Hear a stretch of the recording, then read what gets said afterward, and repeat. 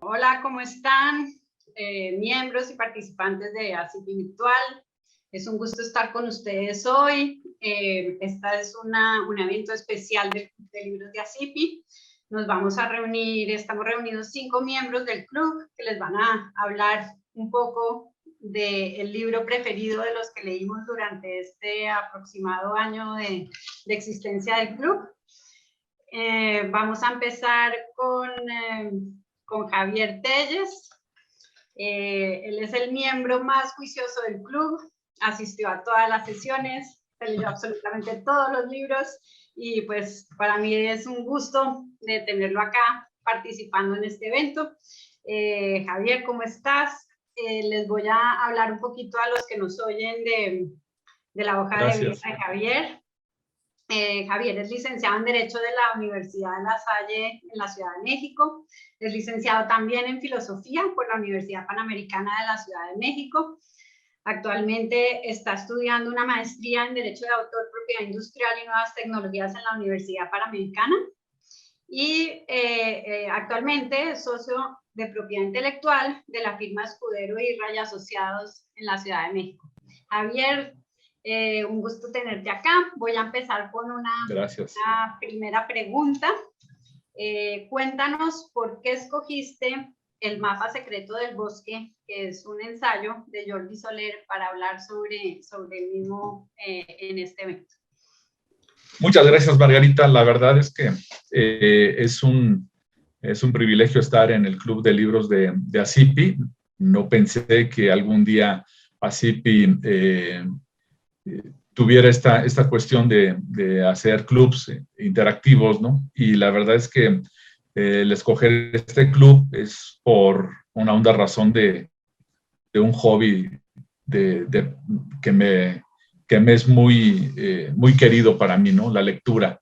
La verdad es que felicito a todos por los grandes libros que hemos leído y, bueno, pues yo escogí Mapa Secreto del Bosque precisamente porque es un libro de ensayos y quise traerlo aquí al club porque generalmente pues se lee pues, novela, poesía, cuento, etcétera.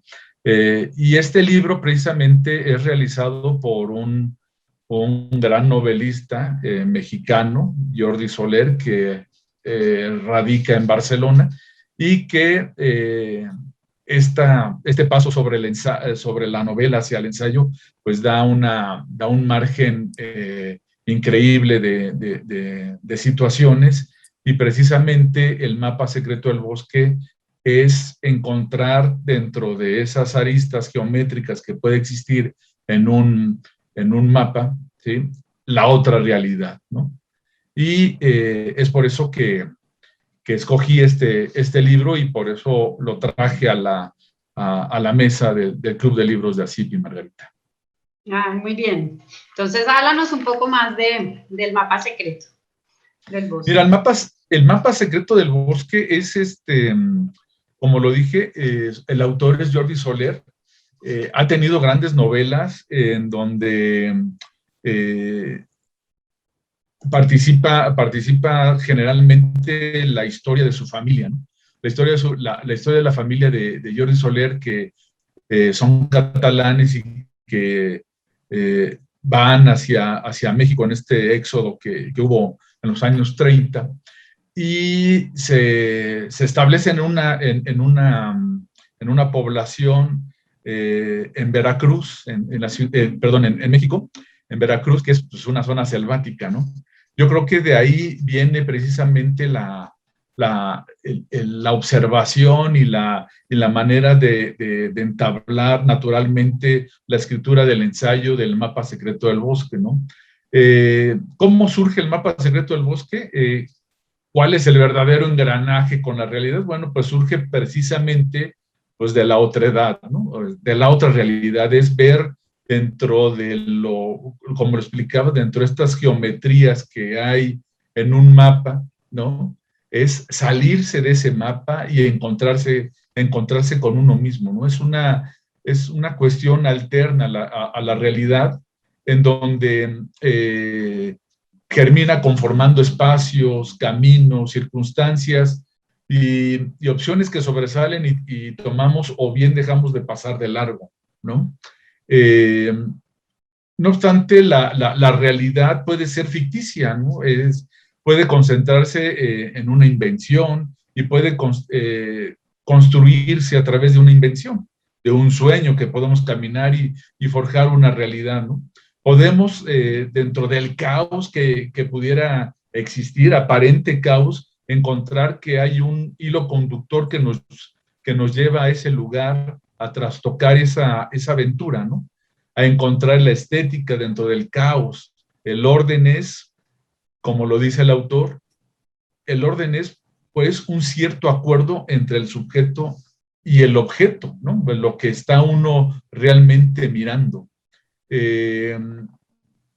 Podemos encontrar quizá que ese mapa que tenemos bien trazado, ese camino que nos imponemos, está lleno de líneas, de geometría pura, pero cuántas veces no en la observación profunda, en los recovecos de la realidad, es donde está la resistencia de esa vida geométrica, ¿no? La vida es un sinfín de caminos que no son ni geométricos ni lineales. En el mapa tal vez puede existir, eso puede existir en lo físico, pero que es el límite de ese mapa, ¿no? Pero la verdad existe en la aventura y en la imaginación misma, ¿no?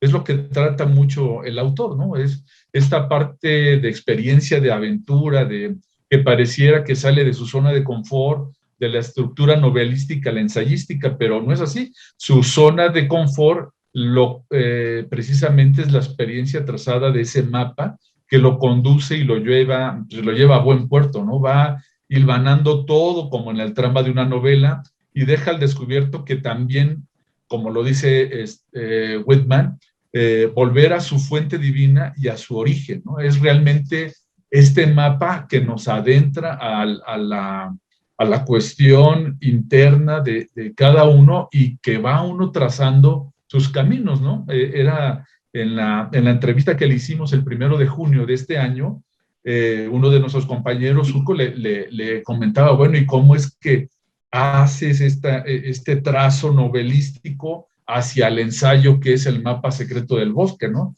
Y Jordi le contestaba que precisamente es que le dio muchas tablas, por decirlo así, el ser novelista, porque va hilvanando esta sucesión de hechos y de sueños y de imaginación, y se va aventurando al camino que es precisamente el bosque, ¿no? Que puede ser aquí el bosque, la ciudad, o como él lo decía, hasta la sala de nuestra casa, ¿no? Ir encontrando otros caminos, encontrando otras realidades, ¿no? También habla mucho que debemos desconectarnos un poco de esta tecnología, digo, es maravilloso, ¿no? Ahorita nos podemos conectar de la Ciudad de México a Santiago, de Santiago a Guatemala, de Guatemala a Estados Unidos y Bogotá, etcétera, y nos estamos conectando y estamos entablando una comunicación precisa y preciosa sobre los libros, ¿no? Entonces, habla que la vida es ingobernable, ¿no? También antes de decir que sí se puede, hay que considerar honestamente lo que somos capaces de hacer y sobre todo nunca perder la vista que la vida es así, ¿no? Casi siempre es puro azar. Él lo maneja así, ¿no? Tenemos que salir a encontrar, tenemos que pensar en poder, ¿no? En poder. Llevar. Sí, exacto, dejarnos llevar. Y es por eso que habla un poco de la desconexión, ¿no? Habla de tener tal vez unos minutos para adentrarnos, de encontrarnos otra vez en este mapa que es nuestra propia vida y que es nuestra realidad, ¿no? En este efecto positivo del creer que lo puede lograr, ¿sí? Está rodeado de miles de circunstancias también que además de tus capacidades hacen posible que lo logres, ¿no? Simplemente. Pero dicho azar se diluye o desaparece por completo al lograr lo deseado, ¿no? Si pasa lo contrario, el azar surge como, pues, como un ave flamígera invocando la caída, ¿no? Sin embargo, también es el resultado de otras miles de circunstancias que culminaron que pueden culminar en una derrota o en éxito, ¿no? Pero aquí platica que ese camino, ese éxito que debemos de encontrar, más bien no importa tanto el éxito, sino el camino para llegar al éxito, ¿no? Eso es lo realmente valioso, lo que te ha llevado ahí, porque pues al momento de encontrar el éxito puede ser pues muy efímero, ¿no? Pero realmente lo andado, el recorrido que ya llevas dentro de tu mapa, ¿sí? Eso es lo importante, ¿no? Habla, perdón, como lo decía, de las redes sociales, ¿no? Tiene gran relevancia dentro de esta formación de mapas alternos que por alguna circunstancia nos hace pasar a lo solitario, ¿no? Han pasado de ser el espejo del mundo para ser una directriz, como lo decía William Blake, ¿no? Que podía vislumbrar el mundo entero observando una flor, predecía con descontento cómo la máquina ha conseguido el imponernos la brevedad y la velocidad como valores primordiales y cómo va logrando poner en entredicho la verdad y normalizar la mentira en la vida pública sin que nadie se escandalice, ¿no? Lo útil desplazado, pensado en lo práctico, en lo rápido, lo que deja ganancias, lo que deja ganancias dinerarias, sociales o políticas, importa más que una actividad, que esa actividad inútil que es el pensar, ¿no? Él hablaba de que yo puedo tener 5 minutos o media hora de estar ensimismado en mis pensamientos, ¿no? Y la gente considera que ese aislamiento, pues a lo mejor es de una inutilidad en este tiempo que no debería de ser, ¿no? Debes de ocupar, y como lo dije al principio, debes de ser preciso y precioso en lo que haces, ¿no? Debes de ser contundente, ¿no? Y la verdad es que muchas veces necesitamos de este espacio para encontrar mejor nuestros caminos, ¿no? Hoy escuchamos alguna canción o la música al instante, ya no es posible desear en nuestras generaciones, bueno, en mi generación, ¿no? Yo tengo 51 años, antes el hecho de que salía un éxito y que salía un LP, esperabas el hecho de comprar ese LP, de que llegara a la Ciudad de México, ¿verdad? Inclusive hasta te enojabas, ¿no? Te decías, ¿por qué primero sale en Estados Unidos o en Inglaterra, ¿no? Bueno, por obvias razones salen allá, ¿no? Primero, pero posteriormente llegaban a la Ciudad de México después de, si bien te iba 15 días, un mes, etcétera, y ibas corriendo a comprar los discos y ver el arte y todo esto, y ahorita ya todo pasa pues al instante, ¿no? La ociosidad la usamos para llenar el tiempo libre sin saber que es la llave de la armonía secreta del universo, ¿no? No tanto el hecho de, nuestras abuelas nos decían que el ocio era la madre de todas las perversidades, ¿no? Pero muchas veces no, o sea, realmente el estar ocioso te estás ocupando dentro de la imaginación para aventurarte a hacer algo, ¿no? El libro también nos habla de que tenemos que fluir. Cuando estamos fluyendo, la preocupación por el tiempo desaparece, ¿no? O sea, realmente hay que seguir siempre la melodía continua de nuestra vida interior, perdón.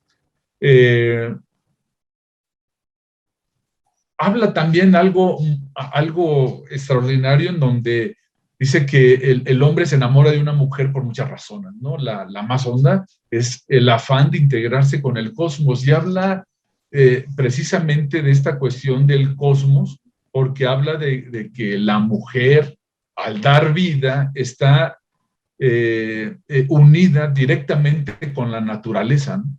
Si bien es cierto, nosotros los hombres somos parte importante de esta cuestión de dar vida, lo cierto es que la mujer toma un hecho natural importante, que es precisamente el poder dar vida, o también no solamente en el hecho de dar vida en el nacimiento de un hijo, sino el dar vida cuando ama a un hombre, ¿no? Por eso es que cuando el autor dice también que cuando nosotros dejamos o cuando una mujer deja de amar a un hombre, el hombre se siente desesperado. ¿Por qué? Porque aparte está dejándose en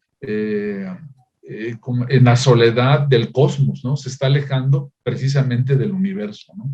El amor sirve para atenuar el miedo. Lo que sirve de verdad es la confianza. Una mujer ama a un hombre porque confía en él. Al ser amado, por ello es aceptado por el cosmos, ¿no? Una vez que uno como hombre es aceptado por una mujer y que la mujer ama a un hombre por esa confianza que nosotros podemos depositar en ellas, ¿sí? Pues el cosmos se abre, ¿no? Y habla de esto el autor, ¿no? Para finalizar, pues les puedo decir que no es lo mismo caminar bosque adentro para acceder al cosmos por el cuerpo mismo de una mujer, ¿no?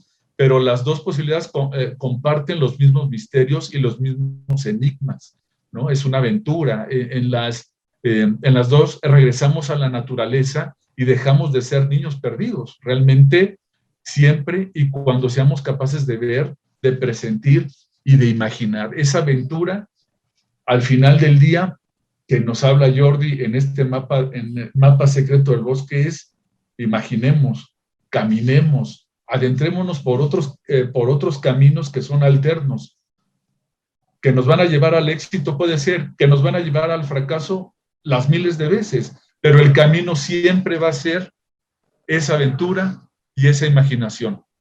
Lean el mapa secreto del bosque, es realmente una gran aventura. Muchas gracias, Javi. Es que ese ensayo trata muchas cosas y lo hace a uno pensar sobre muchos temas de la vida. Muchas gracias, Javi. Muy interesante. No, ¿de qué? Seguimos con Celia, Celia Lever. Les voy a hacer una pequeña introducción de Celia. Celia es abogada de patentes y socia gerente y fundadora de Lever IP Law. Tiene más de 30 años de experiencia en el trámite de patentes y ha trabajado en grandes bufetes de abogados e internamente como abogado interno, así como en su cargo actual. Fuera del trabajo le gusta leer, correr, esquiar y cocinar. Bueno, Celia, cuéntanos por qué escogiste la novela Nada de Carmen Laforet. Gracias. Como Javier, me encanta participar en el club. Gracias.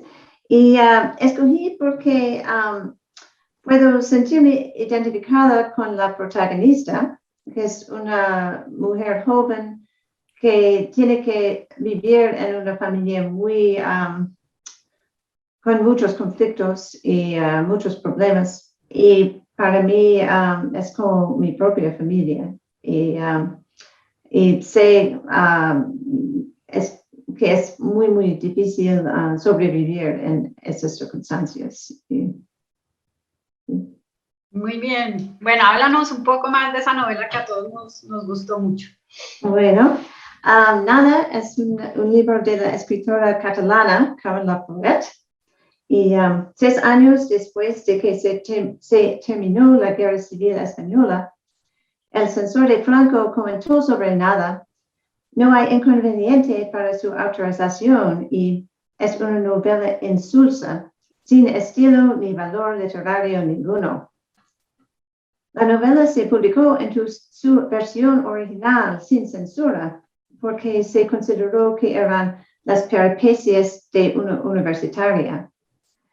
Sin embargo, la novela fue fuente de inspiración para otros autores durante el franquismo y se hizo muy popular. Además, su popularidad la ha acompañado incluso en los últimos 77 años. De hecho, uno de mis compañeros en el Club de Libros lo había estudiado cuando estudiaba en la escuela secundaria en España. A pesar de la opinión del censor, me parece una obra muy subversiva, porque trata de temas serios como el maltrato a las mujeres, los problemas de la pobreza, las enfermedades mentales, la desigualdad entre ricos y pobres, y por supuesto, las condiciones que conlleva estar bajo una dictadura. El hambre es casi un protagonista del libro porque está siempre presente. Y lo más importante para mí es cómo una joven puede hacer frente a muchas dificultades en una familia muy infeliz y desestructurada. Me hace pensar en mi propia familia cuando yo era joven, puesto que los problemas de salud mental nos afectaron a todos nosotros. Aunque la historia se sitúa en la Barcelona de la posguerra, me parece que tiene una similitud con el momento que hemos vivido a causa de la pandemia. Nada describe situaciones cotidianas en familias con muchas dificultades, similar a las situaciones que hemos vivido durante la pandemia. Por ejemplo, hay una sensación de claustrofobia, estancamiento y aislamiento, problemas del estrés, problemas de salud mental y carencias económicas. Laforet refleja muy bien la cruda realidad familiar, sin esperanza, aunque su protagonista logre escapar de esa realidad para encontrar un futuro mejor. Otro aspecto interesante del libro es que ilustra el terrible impacto de la guerra civil y sus secuelas en la clase media. La escritora refleja cómo la familia se deteriora en todos los sentidos a causa de su empobrecimiento económico. Pasan de una casa lujosa y acceso a la cultura, música, arte, a una gran pobreza. Parece que el censor no advirtió esta crítica al régimen franquista porque no le debió dar importancia por el hecho de ser escrito por una mujer joven. Me parece muy sorprendente que Carmen Laforet escribiera el libro cuando tan solo tenía 23 años. Él lo escribió en apenas 9 meses en 1944, con la esperanza de ganar el premio Nadal. Fue el primer año en que se realizó el concurso. Nada ganó el premio y a consecuencia fue publicada. El extraordinario éxito alcanzado por Nada contribuyó en gran medida a la consagración del premio Nadal, que continúa hoy en día como un prestigioso galardón. Para mí es muy impresionante que Laforet tuviera tanto éxito a pesar de su juventud y que ella, como la protagonista de Nada, no tuviera dinero, recursos ni respaldo familiar. Además, me parece sorprendente que Nada haya ganado tanta popularidad en una sociedad muy machista, a pesar de que es bastante crítica con la violencia doméstica. De hecho, los críticos han caracterizado a Nada como una novela feminista. Laforet escribió 4 novelas más, así como libros de viajes y cuentos, y es considerada una autora europea importante. Sin embargo, ninguna de sus novelas posteriores fue tan bien recibida por el público como Nada. Quizás porque fue pionera en los temas que abordó y tuvo que lidiar con la cultura machista y franquista de su época. Es notable, sin embargo, que su novela La Mujer Nueva recibió el prestigioso Premio Nacional Narrativa en 1957. Se dice que Nada es una obra existencialista. Por definición, según Wiki, el existencialismo es una vanguardia literaria orientada alrededor de la propia existencia humana a través del análisis de la condición humana, la libertad y la responsabilidad individual, las emociones, así como el significado de la vida. Nada me parece un buen ejemplo de la literatura existencialista. La trama involucra a una joven protagonista sin dinero que se muda a la casa de sus parientes en Barcelona para poder asistir a la universidad con una beca. La familia vive en la pobreza y sus parientes están en constante conflicto, que en ocasiones se torna violento.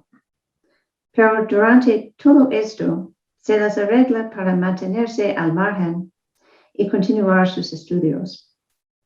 Ella trata de sobrevivir a pesar de toda la locura que la rodea y encontrar significado y sentido en su vida. La novela me parece muy inspiradora y yo la recomendaría. Al principio, el libro me pareció un poco desconcertante, pero pronto pude sentirme identificada con la experiencia de la protagonista. Por el hecho de haber crecido en una familia con problemas de salud mental, me hizo feliz que la protagonista pudiera triunfar en medio de sus difíciles circunstancias. Muy bien, muchas gracias, Celia. Excelente. Bueno, seguimos con Noel. Noel nos va a hablar de El mundo deslumbrante de Siri Husbeth. Les voy a hablar un poquito sobre Noel. Noel tiene más de 25 años de experiencia en materia de propiedad intelectual. Se especializa en derecho de marcas, nombres de dominio, así como en litigios contenciosos administrativos y civiles. Antes de fundar su despacho en el 2007, ejerció durante 11 años en Claro y Compañía. Ella es abogada de la Universidad Diego Portales y obtuvo el grado magíster en Derecho de la Universidad Adolfo Ibáñez en el 2004. Integra actualmente el directorio de la Asociación Chilena de la Propiedad Intelectual, ACHIPI. Bueno, Noel, háblanos un poquito por qué escogiste este libro de Siri Husbeth, El mundo deslumbrante. Muchas gracias, Margarita. Es un placer estar acá y poder comentar este libro que me parece fabuloso, me gustó muchísimo. Y bueno, te puedo decir por qué lo escogí, porque coincide precisamente con lo que te estaba diciendo, porque es un libro que por una parte tiene una técnica literaria que es muy interesante porque es novedosa, es distinta a lo que es habitual en la literatura, lo que vemos en la literatura. De hecho, resulta un poco complejo en un comienzo. Cuéntanos cómo es ese formato para que sí, por supuesto. Entiendan un poquito de qué estamos hablando. Lo que pasa es que es una historia de ficción. Esto no es un relato de la realidad, tampoco es adaptada de la realidad, sino que es pura ficción. Y es la historia de un artista que se siente postergada y desplazada en la expresión de su arte y en la colocación y su posicionamiento como artista en Nueva York. Esta mujer estaba casada, ahora cuando empezamos el libro, ella está, cuando comienza el libro está viuda, no hace mucho tiempo, de hecho su marido había fallecido recientemente, y que él era un art dealer muy famoso y muy conocido y de mucha reputación en Nueva York, que se codeaba con los mejores artistas. Entonces, de alguna manera ella seguía muy vinculada al mundo del arte, pero no lograba posicionarse en él, a pesar de que su marido la podría haber ayudado en ese sentido. Y lo que ocurre cuando el marido muere es que ella siente o tiene como una especie como de reseteo, que podemos decir, en que busca liberarse de una serie de cuestiones que le representaron limitaciones durante su vida de casada, porque ella se postergó como artista, pero fue muy buena mujer con su marido porque lo ayudaba mucho en todas sus tareas y todas sus actividades de tipo social, recibiendo gente, era muy buena dueña de casa, en fin. era muy buena madre también, entonces como que se volcó más bien a su trabajo de mujer casada con este señor. Y entonces, cuando tiene la oportunidad luego de quedarse viuda, le viene como un poco sacudón importante, y se muda de su departamento, que era un lugar muy sofisticado, era un lugar, o sea, un departamento de alto vuelo, inmueble fantástico en la ciudad, en Manhattan, y se va a vivir a Brooklyn, a una casa donde empieza a disponer todo su arte. Ella se especializaba en hacer instalaciones, y también empieza a recibir gente que ya sea que sean almas perdidas, o que necesiten un lugar donde quedarse, o sean artistas que están un poco perdidos. De alguna manera se empieza a volver a encontrar con su esencia. Y algo ocurre con su vida, que cuando quiere volver a exponer su arte, que la mueve porque ella se siente postergada por el mundo machista, y de alguna manera postergada por quien fue su marido. Por lo tanto, para probar su punto de que había sido postergada por esta razón, busca distintos artistas, hombres todos, para que expongan el arte de ella como si fuera de creación propia. Y esto nadie lo sabe. Y tiene distintas relaciones con los artistas que se prestan para este juego. ¿Y qué ocurre?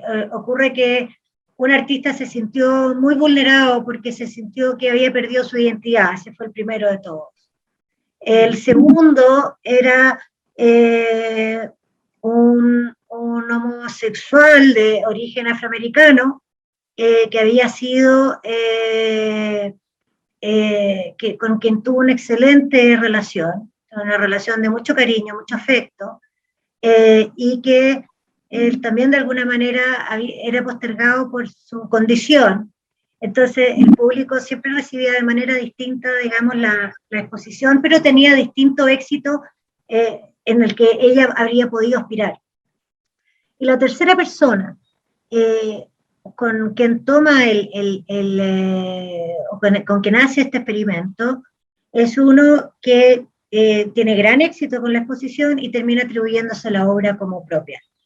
Y a ella le viene como una nervous breakdown, le viene como una desesperación por la situación que está ocurriendo, y resulta que este artista era una persona, bueno, por su propia historia de vida también se podía entender, pero que también era muy sádica, y como que disfrutaba haciéndola sufrir y de alguna manera sacándola de su centro.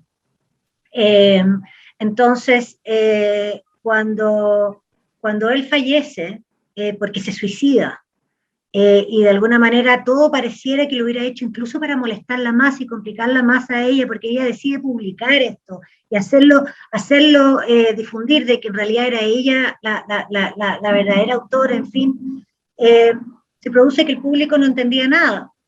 Y entonces se efectúa una investigación para determinar qué había de verdad en esta historia. Y aquí es donde podemos enganchar recién, porque sin esta explicación no se puede entender por qué es tan distinta la forma de contar el libro, porque nuestra heroína y protagonista también muere al final, después de un cáncer que tiene, y entonces tampoco ella estaba para hacerle las preguntas que fueran del caso.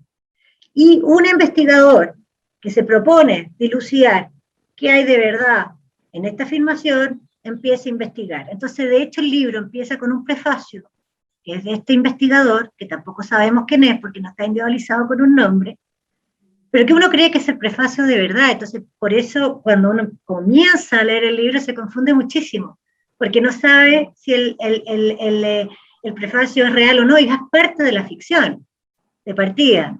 Y el libro continúa con distintos capítulos en que se va publicando distintas partes de la historia de acuerdo a las fuentes a las que este investigador va accediendo, ya sea de los propios diarios de vida de la artista, que es Harriet Burton, y que todo el mundo la llamaba Harry. Y por otra parte, también están, por ejemplo, los comentarios que publicaron los distintos artistas, están las cuestiones que se publicaron en el diario, hay algunos reviews en los que están comentarios con los hijos, entrevistas con distintas personas, en fin. Entonces, como ir descubriendo de a poco, entre comillas, quién es el asesino. Evidentemente no hay ningún asesino en este libro, pero hay una investigación que está en curso. Y el libro está presentado de esta manera.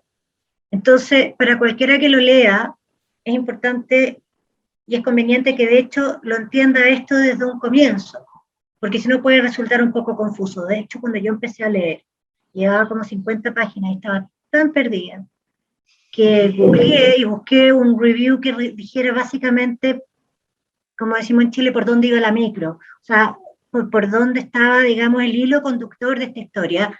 Y así es como entendí esta estructura del libro, y entonces me pude, como decimos en Chile también, subir a la micro y seguir el camino, digamos, el viaje, para poder comprender y seguir desarrollando la historia. Entonces tiene esa cuestión que es interesante, porque es como medio de, uno sabe lo que pasa, la vida real, el que lee, sabe, el lector sabe qué es lo que es verdad y qué es lo que es mentira, pero está todo planteado como que no se sabe, no hay claridad. Entonces es también hay un cierto suspenso en cómo está contada la historia. Y entonces literariamente desde ese punto de vista me parece que es muy interesante. Frustrante para el que no lo entiende de buenas a primeras, pero entendiendo ese aspecto, la verdad que la lectura no se hace difícil. Ahora, por otra parte, escogí el libro porque me impactó muchísimo el humano, porque por cómo está contada la historia y cómo es la historia de vida de Harry, que sufre muchísimo con todo esto que le pasa. Se siente de alguna manera estafada por la vida.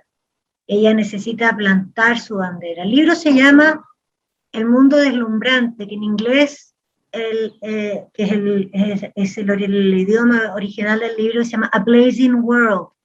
Y lo interesante es que el título, A Blazing World, es el título de una obra literaria de fines del siglo XVII, de la segunda mitad del siglo XVII, que fue publicado por Margaret Cavendish, una autora inglesa de la alta sociedad inglesa. Estaba casada con un marqués, creo, bueno, pero por algún noble, o peer, como es la palabra correcta, digamos, dentro de lo que es la aristocracia inglesa, o británica, más bien.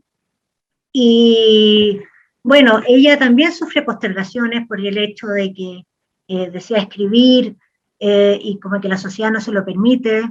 Y de hecho, Margaret Cavendish fue redescubierta, a pesar de que publicó bajo su nombre real en el año, bueno, por ahí, por el 1660 en adelante, una cosa así. Ella siempre publicó bajo su nombre, pero como que quedó un poco en el olvido, y en el año 25 Virginia Woolf como que la redescubre y la trae de nuevo a la superficie, y a partir de los 80 también su obra comienza a ser más conocida y difundida. Y entonces también es la historia de una mujer que fue postergada, que no se le reconoció el mérito de su obra en su minuto, producto de su condición, por el hecho de ser mujer, por el machismo imperante en la época, y pero que a diferencia de Harry hay una cuestión muy importante en la historia de Margaret, que Margaret tenía el apoyo de su marido. En el caso de Harry no tenía el apoyo de su marido. De hecho, su marido como que la ninguneaba. Claro.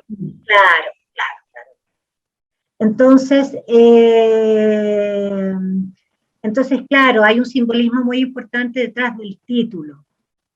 Y la historia es como Harry, que la cuenta esta investigación a medida con todos estos retazos y estos trozos que se van recuperando de distintas fuentes, de distintos diarios de vida o entrevistas o publicaciones en el diario, etc.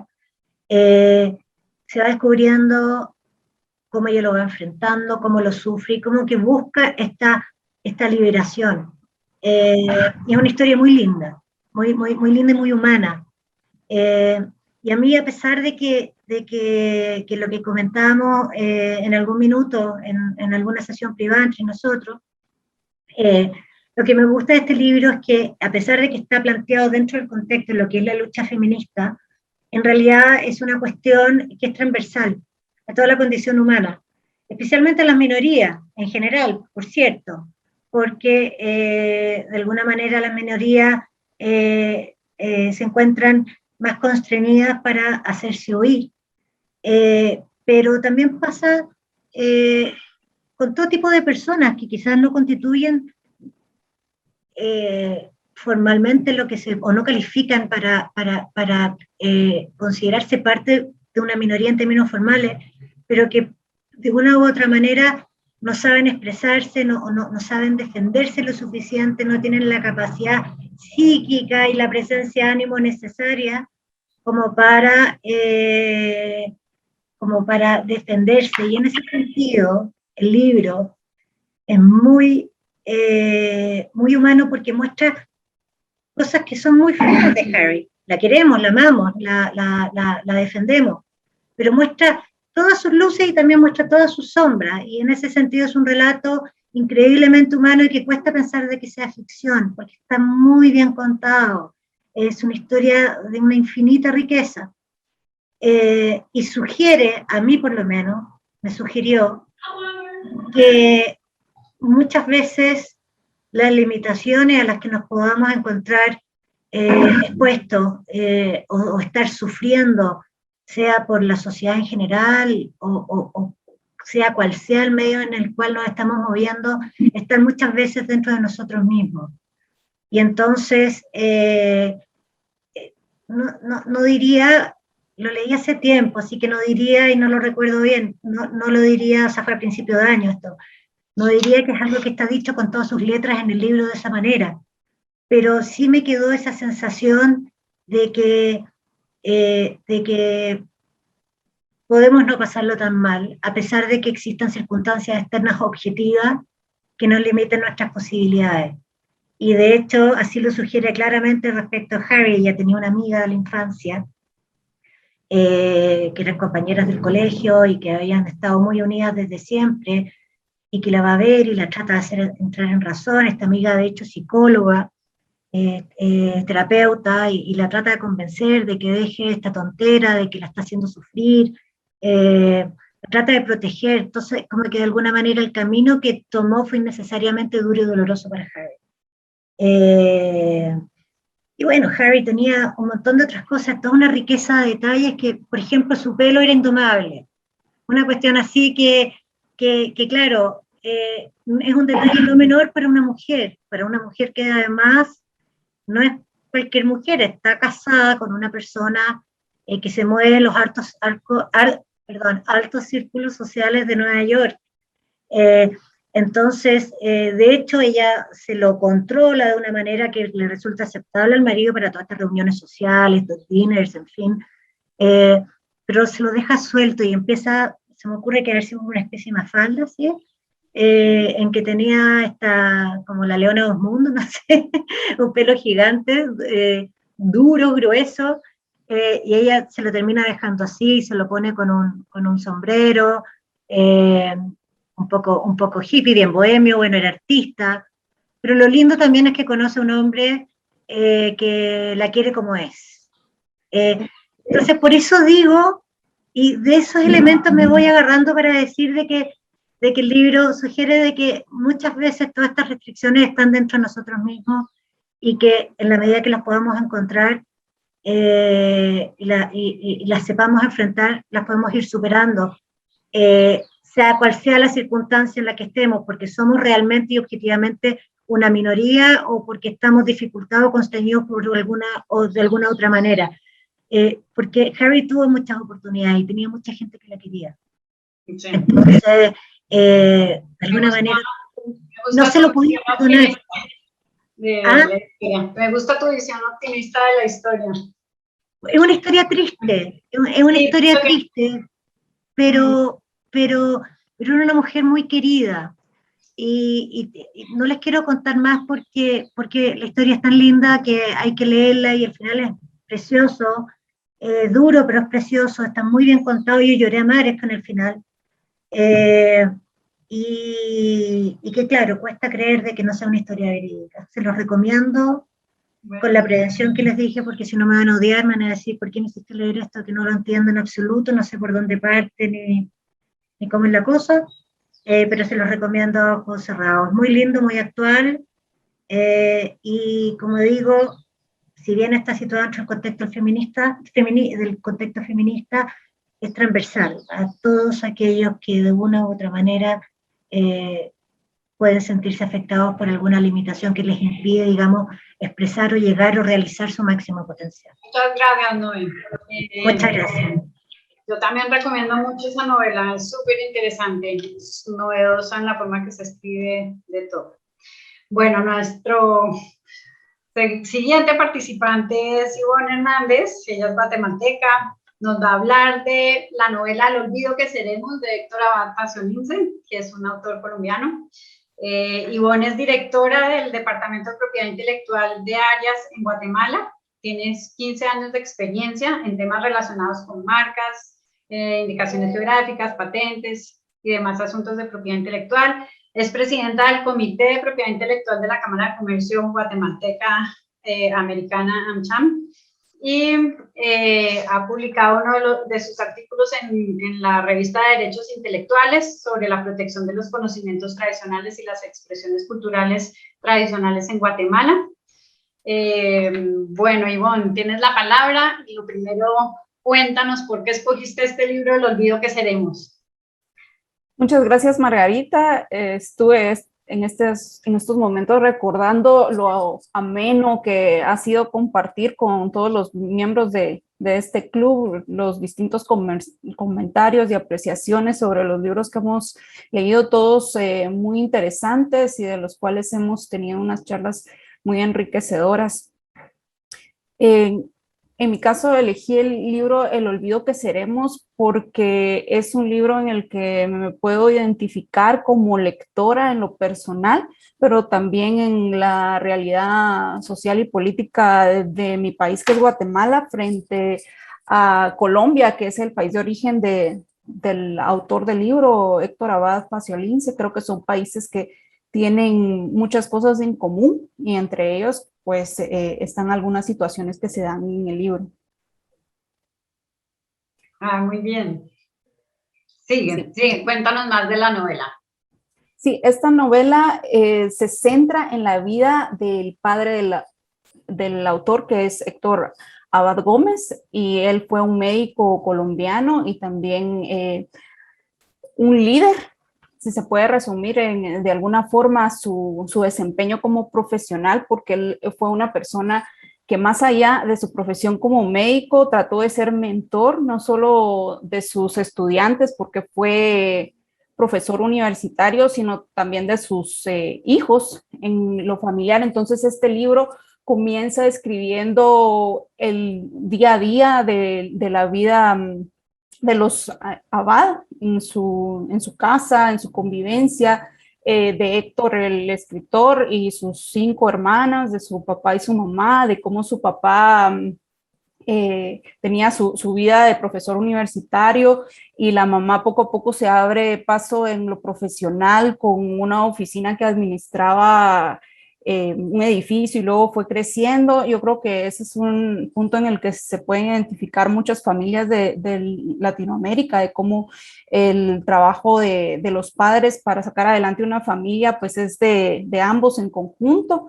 Y pues el señor Abad poco a poco creo que fue creciendo en un ánimo de una incomodidad que le causaba a él tener el conocimiento científico de cómo se podían prevenir muchas enfermedades. Entonces él se daba cuenta que no solo se trataba de una medicina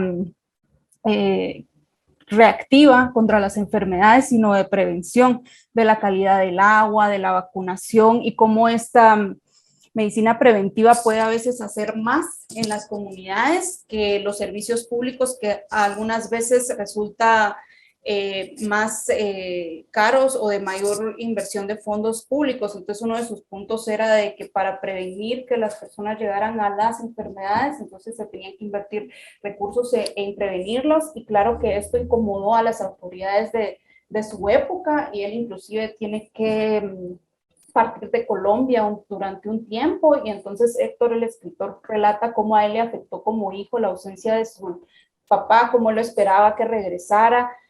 Yo creo que en ese punto también se pueden identificar muchas personas, porque en Latinoamérica es muy común que familias se separen por cuestiones políticas, también laborales, que para tener una mejor oportunidad tienen que salir el padre o la madre. Entonces hay una separación de la familia que afecta en el entorno y que cada familia tiene que trabajar de distinta manera. En este caso creo que fue fundamental la madre de ellos, si no estoy mal, Cecilia, la esposa de Héctor Abad padre, que ella venía de una tradición católica en la que seguramente le inculcaron muchos valores religiosos, pero ella supo tener un balance, o por lo menos eso es lo que se narra en la novela, un balance que logró mantener a su familia unida en esos años difíciles. También hay una parte donde Héctor, el autor, relata que su familia tuvo un cambio drástico, y es cuando enferma una de las hijas de la familia y fallece por un cáncer. Y eso cambia totalmente la relación de pareja de sus padres, y su papá también tiene una visión distinta porque ya no teme a lo que le pueda pasar por ser un activista, aunque muchas veces fue señalado de comunista y también de tener perspectivas que tal vez no eran del todo ciertas, pero al final eran señalamientos, y a él ya no le importó inclusive estar en listados de personas que podrían sufrir atentados. Menciona el autor, y yo creo que él logró conocer mucho de la forma en que su papá pensaba de la vida, porque inclusive en una de las etapas del libro él menciona que cuando un hijo pierde a un padre es huérfano, pero cuando un padre pierde a un hijo ni siquiera tiene nombre esa situación. Entonces él vio tanto sufrir a su papá y a su mamá, pero probablemente fue más cercano de su padre, que se dio cuenta de que tanto fue su dolor, que no logró del todo superar, y se abocó totalmente a su labor de activista de derechos humanos. Tuvo mucha obra tanto en lo profesional como en lo académico, porque creo que fue fundador de algunas oficinas públicas que pues beneficiaron mucho en Colombia, pero al final él fue asesinado por sicarios, y en su saco, cuando él fallece, su hijo, el escritor, encuentra una nota que es un poema de Jorge Luis Borges, que es El olvido que seremos, y de ahí toma nombre la novela.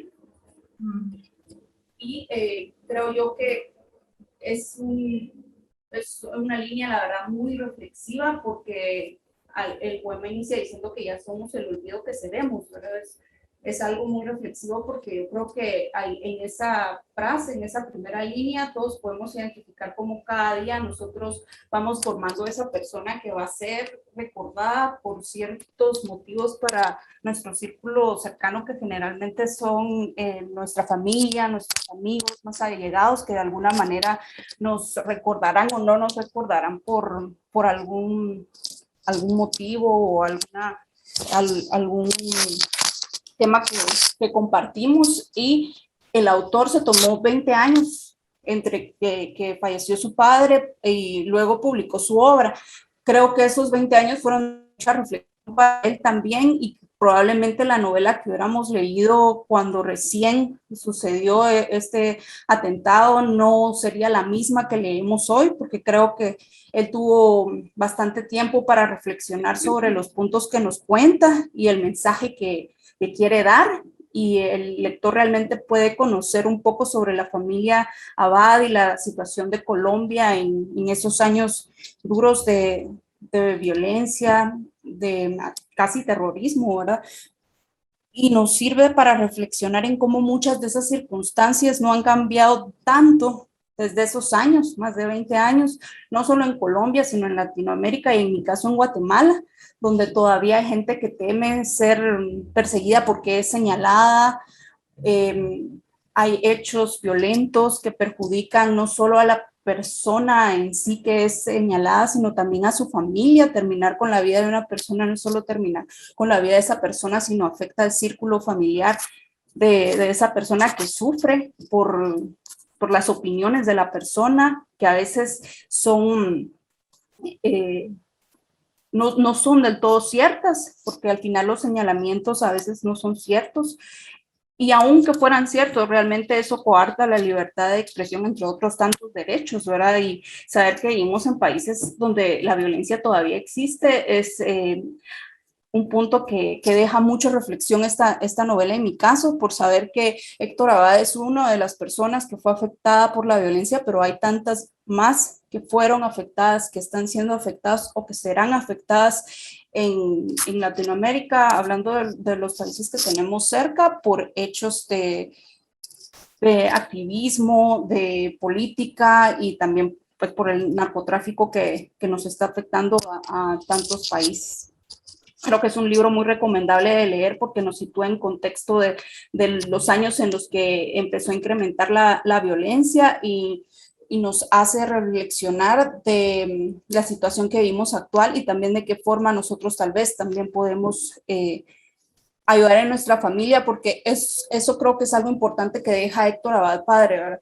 Que él no solo influenció afuera, a sus alumnos, a la gente con la que trabajó, sino a su familia, y en estos años creo que la familia es un punto muy focal e importante donde todos podemos colaborar y crear familias unidas, de gente que se puede apoyar, y eso creo que al final es algo muy positivo que todos tenemos a la mano.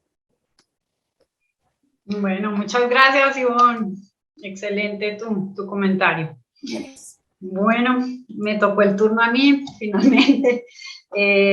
Yo les quiero hablar de volver la vista atrás, pero bueno, como hice una introducción de todos ustedes, también les cuento un poquito sobre mí. Yo soy abogada, bueno, de propiedad intelectual como todos ustedes. Llevo más de 25 años trabajando tanto en marcas como en patentes. Dirijo el departamento legal y de litigios de la firma, pero también el departamento de patentes con la ayuda de ingenieros. Y pues en este momento soy la coordinadora del Club de Libros, pero yo creo que después del Congreso de Punta Cana hablaremos para que otro de nuestros miembros dirija este club.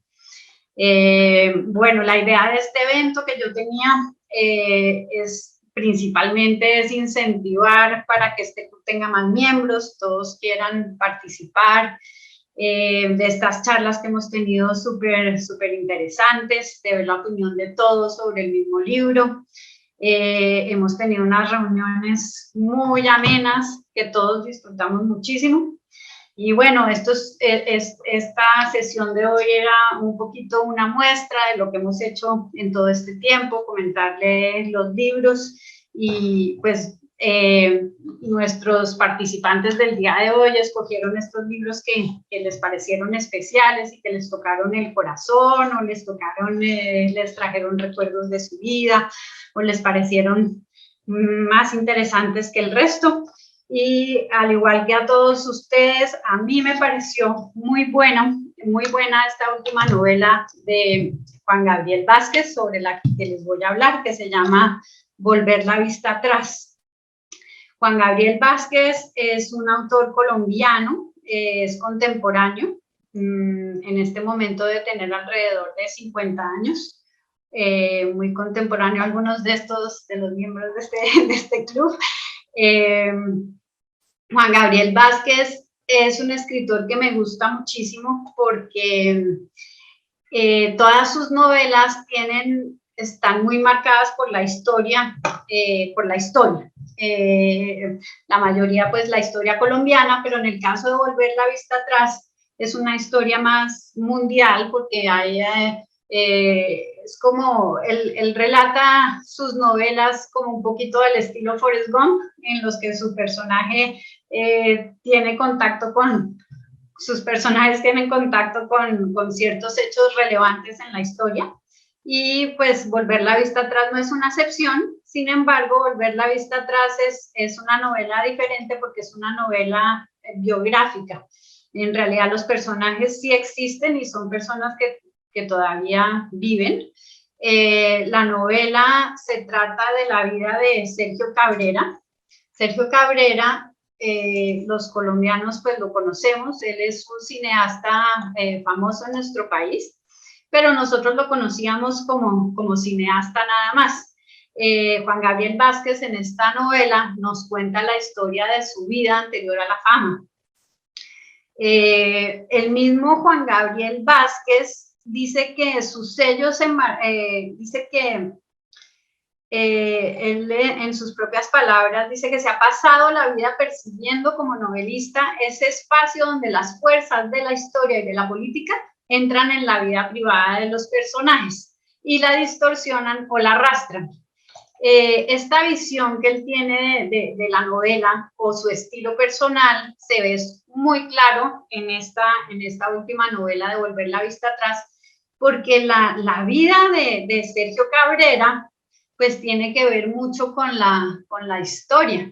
Entonces la novela empieza desde el abuelo de Sergio Cabrera, que tiene que salir exiliado después de la Revolución Española. Sergio Cabrera es de ascendencia española. Este abuelo tiene que salir, se exilia en América Latina, en República Dominicana. Su padre, es decir, el padre de Sergio Cabrera, crece en República Dominicana, después termina en Colombia, se casa con una colombiana y de ahí que Sergio Cabrera sea colombiano. Y se sigue pues la historia de Sergio Cabrera en la novela, que es interesante porque la novela tiene que ver con la ideología comunista, que es la que empapa las vidas de esta familia. Y lo repito una vez más, el destino de los personajes. Entonces paso a contarles un poco de qué trata la novela. La novela es también una historia de padres e hijos, de la familia, de Sergio Cabrera, de recuerdos, de fracasos, de decepciones. La familia se muestra en todas sus dimensiones y en la segunda parte del libro, a mi modo de ver, se muestra cómo la ideología que es vivida plenamente por los personajes acaba con la vida familiar. Los separa abruptamente y crea un abismo entre los personajes, porque ahora les voy a explicar por qué. La historia empieza en un momento difícil de la vida de Sergio Cabrera. Sergio se encuentra en un mismo momento, se da la invitación al cineasta de hacer una retrospectiva de su obra, la muerte de su padre y la crisis de su actual matrimonio y además la firma de los tratados de paz con la guerrilla colombiana. Entonces, este momento que el autor escoge para iniciar la novela pues es crucial porque hay un encuentro de todo. El protagonista tiene que hacer una retrospectiva de su obra, lo que lo trae pues, traer los recuerdos sobre su vida, sobre su padre. Además, se encuentra en un momento de crisis familiar y además, pues por último, se está dando la firma de los tratados de paz con la guerrilla colombiana. Y como les digo que esta historia tiene mucho que ver con la ideología comunista, de ahí esta relación de este momento crucial en la vida de Sergio Cabrera. Bueno, hay otra cosa que quiero resaltar y es que, pues a mi modo de ver, esto es una opinión muy personal sobre la novela, yo pienso que Sergio Cabrera tiene mucho resentimiento frente a su padre, porque como vamos a ver ahora cuando les cuento un poco la historia, pues el padre fue un padre muy atípico. Un padre que deja a sus hijos abandonados en la China comunista, pues casi que ningún miembro de nuestro club entendía. Yo me acuerdo oír a Sofía Covarrubias decir, uy, este padre desnaturalizado, ¿cómo abandona a sus hijos en la China?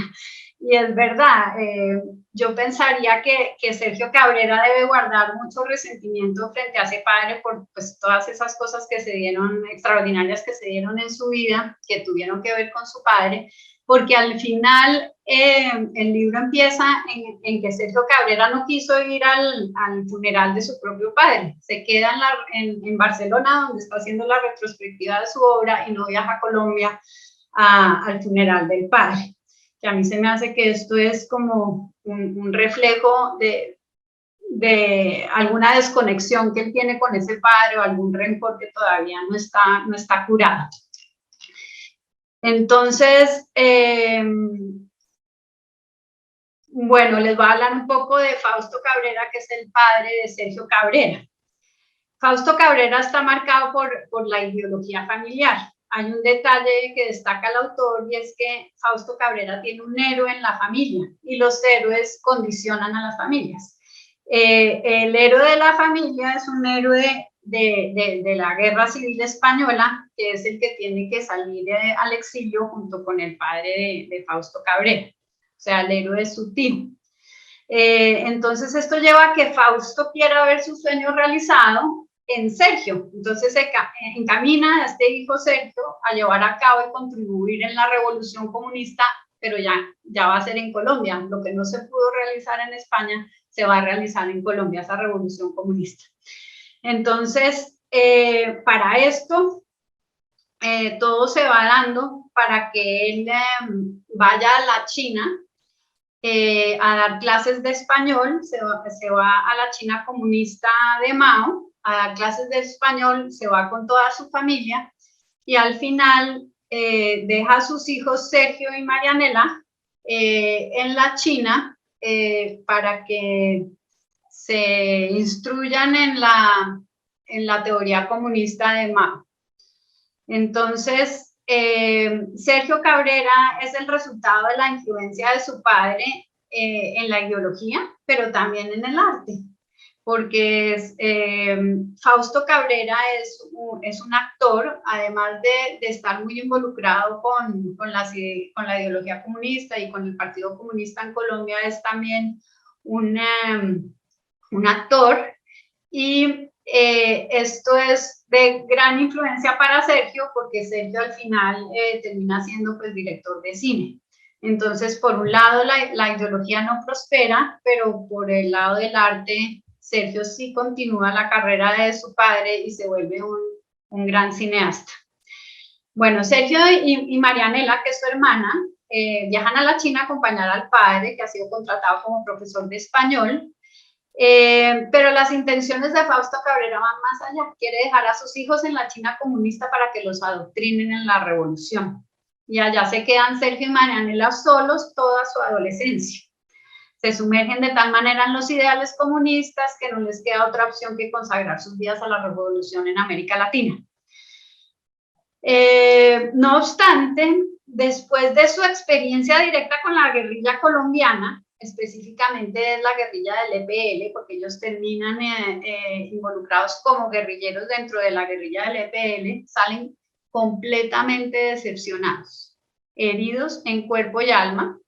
La realidad colombiana resultó ser mucho más violenta, sangrienta y amarga que toda la realidad que vivieron en la China, porque ellos en la China llegaron hasta trabajar en fábricas, estuvieron viviendo la realidad comunista de Mao, pero cuando llegan a la guerrilla colombiana se dan cuenta que no tiene mucho sentido, que lo que es hay mucho odio, mucha violencia, mucho machismo. Marianela se ve pues en unas circunstancias de violencia contra la mujer muy graves dentro de la guerrilla y eso la hace huir. Entonces esta ideología comunista los separa como familia. Y los une solo de manera abstracta en las convicciones, porque físicamente no pueden estar unidos. Cuando todos están en la guerrilla, todos están en distintos lugares, no pueden tener contacto. Esas son de las cosas más importantes, más impactantes para mí de la vida que se relata en la guerrilla, esa desconexión forzada con la familia, un vínculo familiar tan fuerte como tenía esta familia Cabrera cede frente a los ideales comunistas, se someten a estas reglas y no pueden tener ningún contacto familiar, están todos aislados. Pero esto yo pienso que no queda impune, se ve cómo los afecta, ya que atenta contra su naturaleza, deja huellas en ellos, en toda la familia, deja carencias, cicatrices, odios, dolores. Sergio y Marianela ya no volverán a ser los mismos después de que dejan la guerrilla. Tuvieron que destinar el resto de su vida a olvidar esas experiencias que tuvieron en la guerrilla. Taparon con tierra muchos años de sus vidas, hasta que llega el momento en que Juan Gabriel Vázquez, el autor, destapa toda esa verdad. Ellos dejan que este tercero escarbe en esos recuerdos, todos dolorosos, que han sido enterrados. Y lo que destaco de Juan Gabriel Vázquez es que procura ahondar en esas vidas que están heridas con mucha sutileza y delicadeza y cuidado para no lastimar a sus personajes, que son personas reales. Y pues también les quería contar que su investigación duró 7 años, 7 años en que él tuvo entrevistas con los protagonistas de esta novela. Bueno, para todos es claro que la novela, el proceso de esta novela por el que pasaron los personajes a contar su historia fue muy doloroso, pero yo pienso que fue muy sanador el que ellos cuenten sus vidas y destapen todo lo que vivieron, tanto en la China como en la guerrilla colombiana, pues es un proceso sanador, y de ahí que volver la vista atrás sea necesario para curarse y perdonar. Para mí es una historia maravillosa, muy bien contada. Destaco otra cosa de Juan Gabriel Vázquez, de su mirada objetiva de todos los acontecimientos en la novela. No se ven sesgos, todo parece ser contado tal cual fue, o tal cual estos personajes lo recuerdan, fueron los que le regalaron sus recuerdos a Juan Gabriel. Y no obstante, se deja al lector en la posición de sacar sus propias conclusiones. O sea, yo saco mis propias conclusiones frente a la relación de Sergio con su padre, frente a la necesidad de la guerrilla, al actuar de la guerrilla, a la ideología comunista, pero todo el que lo lee lo puede leer con su propia y tener su propia opinión, porque el libro no tiene sesgos. Bueno, uno puede sacar sus propias conclusiones y reconstruir la historia y ver cómo esta de todas maneras deja huella y define la vida de los personajes. Como esta historia que se cuenta es contemporánea, también se puede mirar qué tanto de esa historia ha dejado huellas en nosotros, en mí como colombiana, o en ustedes como partícipes de esa realidad mundial contemporánea que se trata en el libro, porque pues no solo se involucra a Colombia, sino hay otras realidades mundiales que se exponen en el libro. Sergio y Marianela siempre vivieron con la fuerza de ser parte de una realidad más grande que ellos, que es en cierto modo, que esto en cierto modo facilita sus vidas, pues ellos no tuvieron que escoger nada, su vida pues estaba al principio totalmente idealizada por estas convicciones comunistas. Ellos eran parte de una realidad superior a ellos, no había una meta individual, sino una meta colectiva a la que ellos propendían. Pero ¿qué pasa? Que esta realidad, la realidad supera la ideología, la crueldad, el machismo, todo los espanta y ya ven que no hay una revolución que valga en medio del odio y la violencia. Por eso al final, si me preguntan a mí, yo diría que lo importante en el libro es que prosperó el arte, porque si bien la ideología para mí, la ideología que le dejó Fausto a Sergio en su cabeza, la ideología comunista no prospera porque ellos salen decepcionados de la guerrilla y de toda esta revolución que querían hacer en Colombia.